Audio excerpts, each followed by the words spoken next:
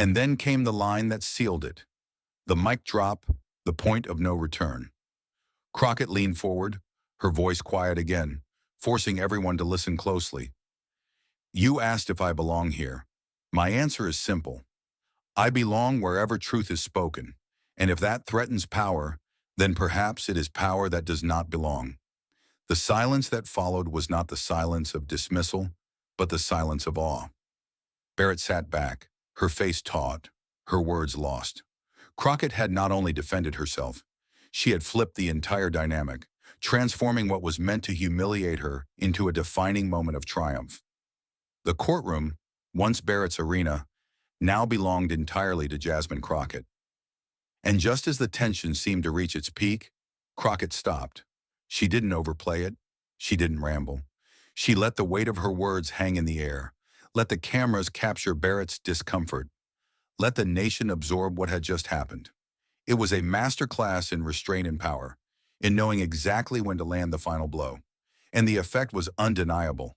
Barrett's attack had crumbled under its own arrogance, and Crockett's response had not only restored her dignity, but elevated it into something unforgettable. The chamber sat stunned, the kind of stun that ripples outward, into living rooms, into headlines, into the conscience of a nation.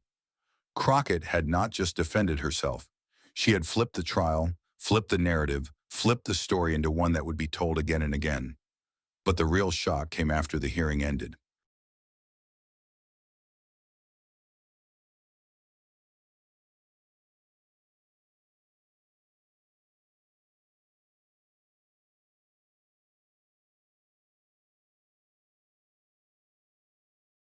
The chamber doors had barely closed before the world outside erupted. Clips of Crockett's words spread like wildfire, racing across Twitter, TikTok, Instagram, and YouTube.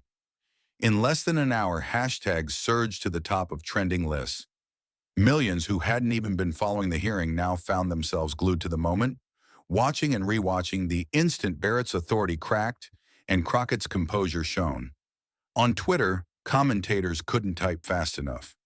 "This is what resilience looks like," wrote one. "Crockett just taught the establishment a lesson in dignity," posted another.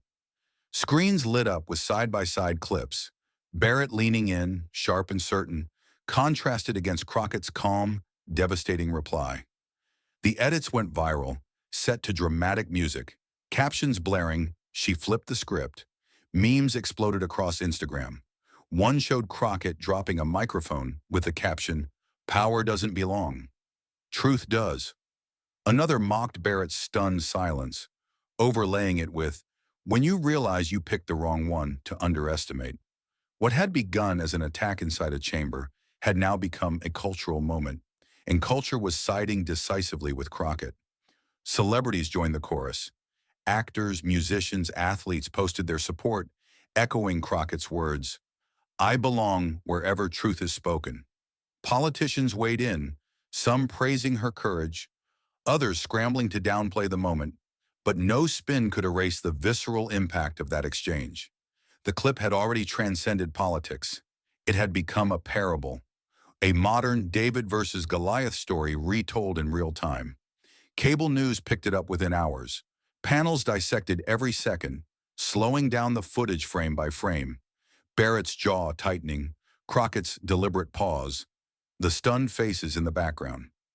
One analyst remarked, "We may have just witnessed the most memorable moment of this entire hearing, not because of what was asked, but because of how it was answered." Another added, "This isn't just a legal clash, it's a generational shift." And the ripple spread further still.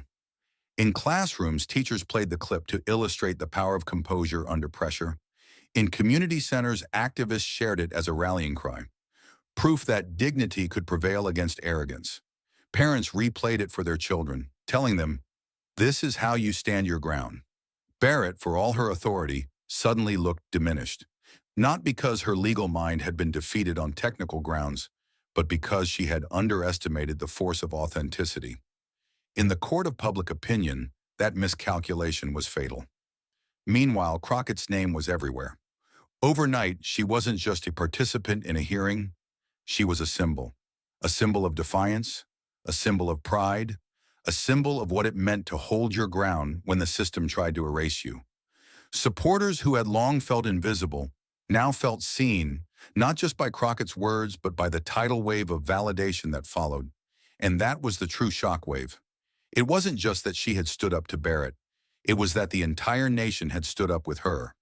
People who had nothing to do with law or politics still felt connected. They saw in her story their own struggles against bosses, against teachers, against systems that had doubted them. They saw in her calm resistance the possibility that they too could rise above dismissal and prove their worth. The hearing was over, but the conversation had only just begun. For days, the moment dominated headlines. For weeks, it echoed across social media feeds. And for months, it lingered as a symbol, replayed whenever arrogance tried once again to silence dignity. Jasmine Crockett hadn't just answered Barrett. She had sparked something larger than herself. She had ignited a movement, a reminder that authority without humility crumbles when it collides with truth. And as the dust settled, one truth became clear. What had started as an attack in a chamber had transformed into a cultural turning point. But the story wasn't finished, because behind the viral clips and trending hashtags, there remained a deeper question, one that echoed louder than the applause, louder than the memes, louder even than the headlines. What lesson would America take from this moment? Would it fade into noise, or would it rise into something greater, a moral turning point? The answer would come in the resolution. In the quiet that followed the frenzy, the meaning of that clash began to crystallize. What Jasmine Crockett had done wasn't just win an exchange in a chamber. She had reframed the entire debate. Barrett's words intended to diminish had instead elevated. The attack meant to box Crockett into silence had unlocked a universal truth, that dignity endures, even when arrogance tries to trample it. This wasn't about law anymore. It wasn't about titles, robes, or authority. It was about the deeper struggle at the heart of America. Who gets to belong? Who gets to speak? Who gets to define the story of this nation? And in that moment, Crockett had shown that belonging isn't granted by the powerful. It's claimed by those courageous enough to stand their ground. Her calm defiance echoed the battles of generations past. Immigrants who arrived with nothing but hope, workers who stood tall against exploitation, activists who refused to sit down when told they had no place at the table. Crockett's words reminded the nation that progress doesn't come from the voices of the comfortable. It comes from those willing to speak truth when silence feels safer. Viewers across the country felt it deeply because they saw themselves in her. The single mother working 2 jobs. The student told to stay in their lane. The immigrant laughed at for their accent. The worker dismissed by a boss who believed power was permanent. Crockett's stand was their stand. Her words were their words. And in her dignity, they found their own reflection. What Barrett represented in that clash was not just conservatism or authority, but the arrogance of assuming the story was already written, that power didn't need to listen, that identity could be reduced to a footnote. But what Crockett proved was that America's story is always unfinished, and it belongs not to the gatekeepers, but to the people who keep pushing it forward. Her final words weren't remembered as a rebuttal. They were remembered as a declaration that worth cannot be conferred by a robe, a title, or an institution. Worth is intrinsic. Worth is human. Worth belongs to every single person who refuses to bow their head when arrogance demands submission. And that's why this moment mattered. Not because of a chamber hearing, not because of partisan lines, but because it reminded the nation of a universal lesson. Dignity will always outlast arrogance. Courage will always outweigh cruelty, and truth will always find its voice, even in the most hostile of rooms. In years to come, people may forget the exact date of the hearing, they may forget the wording of Barrett's sharp question, but they will not forget the sight of Jasmine Crockett, steady and unshaken, turning an attack into an anthem. That image will linger because it carries within it the story of America itself, a story that insists again and again that no matter who tries to silence it, truth belongs here. And in that chamber on that day, truth spoke. Once spoken, it could not be silenced, Once heard, it could not be ignored. The moral was clear. Power without humility collapses, but dignity, once claimed, becomes unstoppable. And so the question for the nation was no longer whether Crockett had won or Barrett had faltered.